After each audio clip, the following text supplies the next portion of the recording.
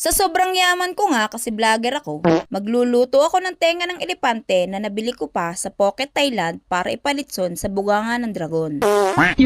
Magluluto ako ng sisig dahil may bisita akong darating galing sa planetang Namek. Kung di nyo nga naitatanong ay kamag-anak namin sina Tito San Goku at Tita Bulma. Nag-request sila ng sisig kasi nag-crave daw sila kapalit ng pamana nilang 7 Dragon Balls na sa wakas ay nakumpleto na nilang hanapin. Gamit ang mga world-class spices tulad ng sibuyas na sinadya pang bilhin ng aking asawa sa bansang India ay aking ginayat na habang pinalalambot ang tenga sa napakaputi kong kaserola na imported from China.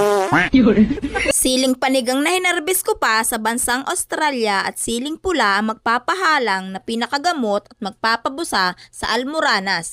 Kaya mas dinamihan ko pa yahay ng umalsa.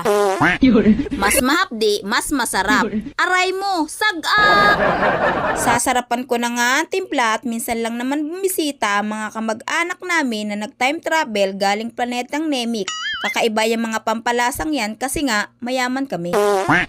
Mekos-mekos ko lang yan at aking babalikan ang nakasalang na tenga na pinalalambot para mahango ko na sa kahirapan. Inislice na parang tinapay para malutong kapag ipinalitson sa bunganga ng dragon. Di inaasahang pagkakataon ay dumais ang aking 8 katulong para ibulong na nag-day off ang dragon na maglilitson sa tenga ng tipaklong. Este ng elepantong. To the rescue ang La Germania na papackage ng aking tita galing Canada. Diyan ko na lang piprituhin kasi kahit ang dragon naging sosyal na. Buti na lang marami pa kaming good lumber na galing sa aming hardware kaya basic ang mag-air fryer. Makalipas ang 365 days ay naprito na, hinango sa pagkalipin at pasisingawin para simulang gilingin. Este gayatin.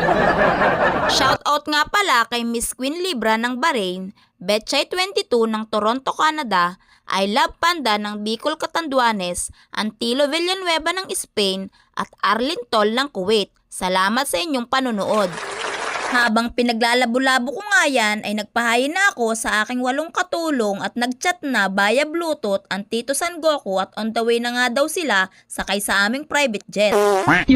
Hindi ko na nga maipapakita kung paano kami kumain kasi shy type sila. Ayaw nila na i-video habang nakain dahil hihina kanilang talent fee. Kapag na-public ang kanilang itman episode, comment mo na tsura. Kaya bye muna.